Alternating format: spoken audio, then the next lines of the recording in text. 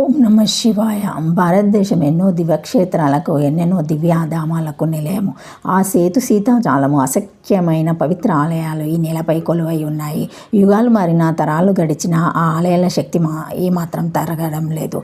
ఈ రోజుల్లో ఆలయాలకు వెళ్ళినప్పుడు భగవంతుని మొక్కుబడిగా చూసి కోరికల చిట్టా విప్పడం ఆనవాయితీగా మారిపోయింది. గుడికి వెళ్ళి కూడా అనేకమైన సమస్యల గురించిన చింతన వదలకుండా అదే పనిగా తలుచుకోవడం సామాన్యంగా మారింది. ఆలయాలు మహాశక్తి క్షేత్రాలు. ఆ ప్రదేశాలకు వెళ్ళినప్పుడు శక్తిని గ్రహించాలి. దేవుణ్ణి దర్శించడంతో పాటు పరమాత్మతత్వంతో ఏకీకృతమై అయ్యే ప్రయత్నం చేయాలి. భగవతత్వంతో లయం కావాలంటే మొదట మౌనస్థితికి చేరాలి. ఎందుకంటే భౌతిక జీవితంలో ఎదురయ్యే అనేక సమస్యల నుండి స్వంతనను ఇవ్వగలిగే శక్తిని మీరు మౌనం ద్వారా పొందగలగాలి.